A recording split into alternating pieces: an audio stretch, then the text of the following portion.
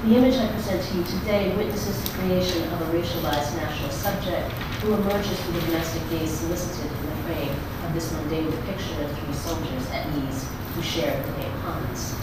The forms of social metamorphosis and subjection it enacts materializes race against the grain and under erasure.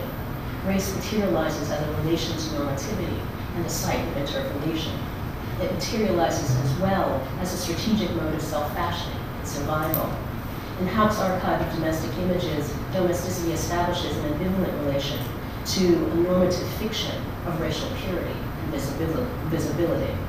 Paradoxically, it is a fiction that created the possibility of his survival as an Afro-German who departed radically from the normative ideal of a German subject of the Third Reich. For Haupt's survival was facilitated by his membership in the army and the recognition of the status that accrued to him as a nationalized masculine subject who was able to hide in plain sight, eluding racial visibility in one of the central institutions of this racial regime. The domestic registers of the photograph are reinforced by the private archival impulses that inspired and delivered this image to us. The image is a keepsake, an individual's trace of private memory, a conduit of recollection. It is a domestic image constituted through private and tactile practices of collection and retention. This image is an object of touch. Such images are touched by the objects they capture, yet objects that touch those who view them as well. They are haptic images. Jeffrey Batchen writes that photography is privileged within modern culture because the camera does more than just see the world. It is touched by it. Quote, it is as if the objects have reached out and impressed themselves on the surface of a photograph, leaving their own individual imprint. And indeed, it is surely this combination of the haptic and the visual, this entanglement of both touch and vision that makes photography so compelling as a medium. Yet the haptic dimensions of the photograph do not end with the moment, nature, or technology in its production.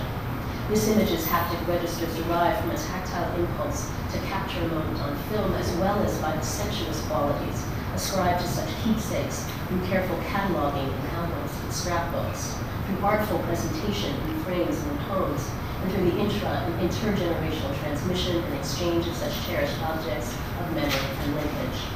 Such practices generated further haptic engagements among individuals and families, both within the domestic space of the home and beyond it. As objects of sentimental value and attachment, they were images made to be held. They were objects displayed and circulated with an intention to evoke and produce sensibilities of connection in their viewers and recipients. Their effect is as tactile as it is visual, and their visuality relies upon their haptic nature.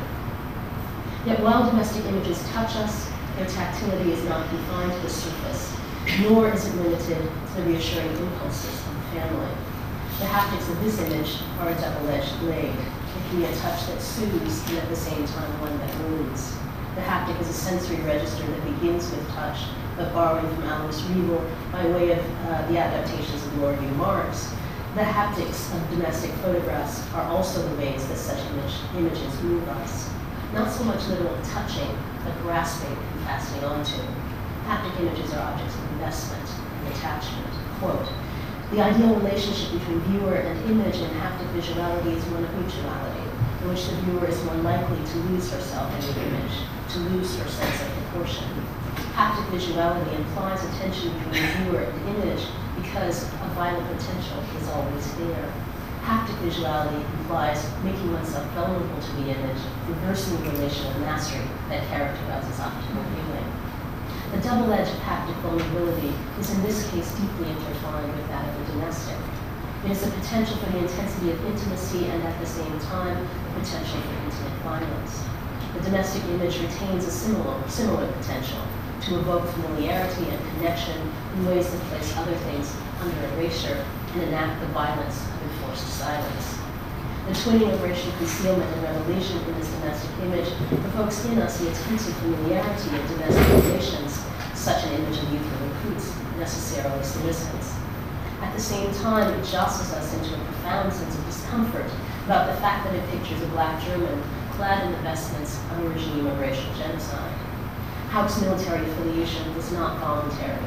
He was not a party member, nor was he an ideological conscript to the racist project of National Socialism. but the photograph troubles our ability to narrate its ruptures and fissures all the same. In this photo, race becomes visible in ways that are inextricable from gendered embodiments of national belonging. It images an Afro-German subject who emerges in the trappings of nationalized masculinity. It is a nationalist visuality premised on the concealment, repression, and destruction of the very forms of racial difference the image depicts.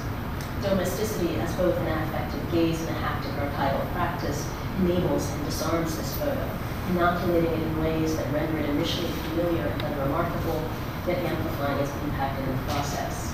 Its vernacularity domesticates it by rendering it at once hauntingly sentimental and eerily unsettling. Its power lies, to me, not so much in its rhetoric, but in its status as a haptic and domestic memento of everyday life.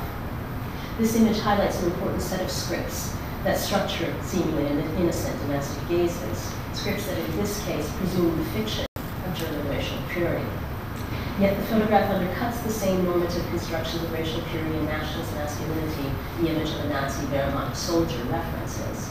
For as much as it reveals by documenting his presence in such a central institution of German national identity, what it conceals is that Hauck saw the army as a chance to survive the Third Reich, and that his decision to join up was taken after making a desperate attempt to flee detection through a failed attempt at suicide in 1942.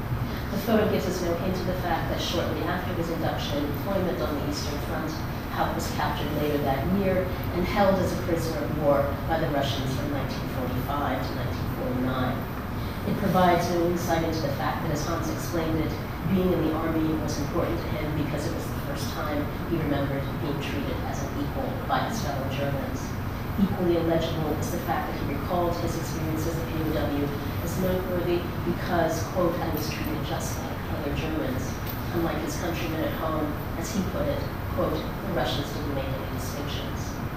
The dynamics of concealment and revelation we witness in this image elaborate the complicated story of race in Hauck's life history, for throughout his life he experienced race as both much more than phenotype and at the same time much less.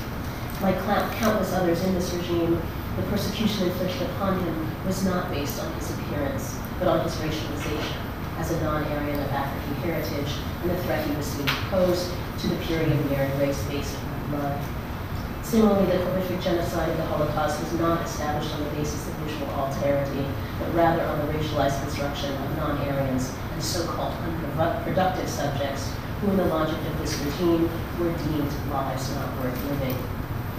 This image both conceals the visual fact of blackness and at the same time provides a powerful revelation of its inescapable presence in spaces assumed to be some of the most successful sites of its eradication. In this photo, race is both visible and intangible, meaningful and ambivalent. It is the source of explanation and the very point where that explanation unravels. It is the link that presupposes membership and simultaneously the site of its questioning. The photograph materializes racial difference not as blackness, but as the impossibility of blackness that nevertheless requires its constant presence as a constituent outside of racial purity. A desire to visualize race is one response to the double-edged haptics of this domestic image. It is a desire to explain, to reconcile, to order the contradictory. Yet the photo remains as unruly and unreconcilable as its representation of race. For Hauck, it was in fact the undecidability of race that in the end enabled his survival. Seeing race remains an elusive project, but perhaps we prefer to touch it rather than to be touched by it instead.